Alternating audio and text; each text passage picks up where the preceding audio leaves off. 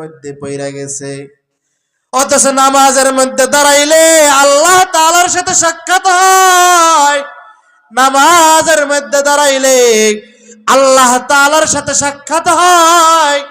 হযরতে আলী কাররামাল্লাহ মসজিদে নববীর মধ্যে ওযু করতেছেন। হযরত আলী কাররামাল্লাহ যখন এই ওযু করে, হযরত আলী কাররামাল্লাহর দেহটা কেমন কেমন জানি কাঁপতেছেন, চেহারা মলিন হয়ে গেছে।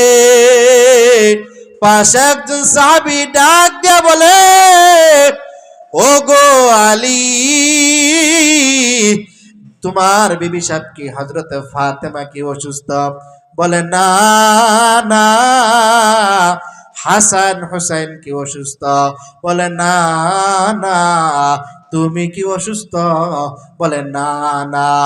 আমাদের হাবিব কি অসুস্থ? বলে না না। ওগো আলী,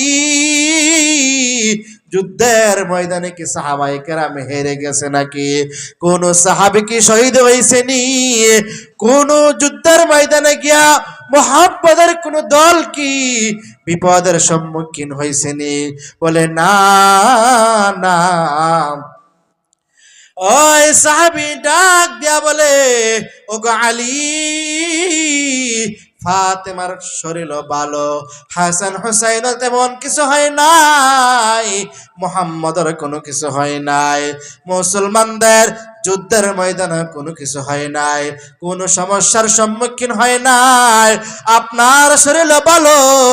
ওগো আলী, আপনার দেহটা কি জন্য কাঁপতেছে? আপনি কি জন্য কাঁপাকাঁপি করতেছেন?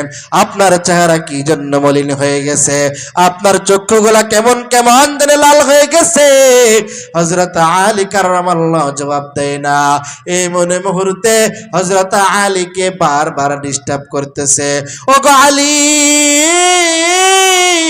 সবাই সুস্থ, মুসলমানরা সুস্থ, আল্লাহর হাবিব সুস্থ, কোন সাহাবায়ে কেরাম কোন বিপদের সম্মুখীন হয় নাই। তাহলে আপনি কি জন্য কাঁপাকাঁপি করতেছেন? হযরত আলী কাররামাল্লাহ ডাক দিয়া বলে, আমি কিছুক্ষণ পরে আমি আমার মালিকের সামনে দাঁড়াবো। জোরে বলেন আল্লাহু আকবার।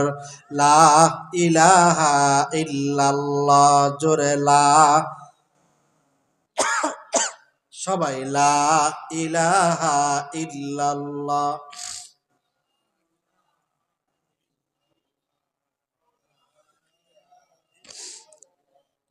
লা ইলাহা ইল্লাল্লাহ।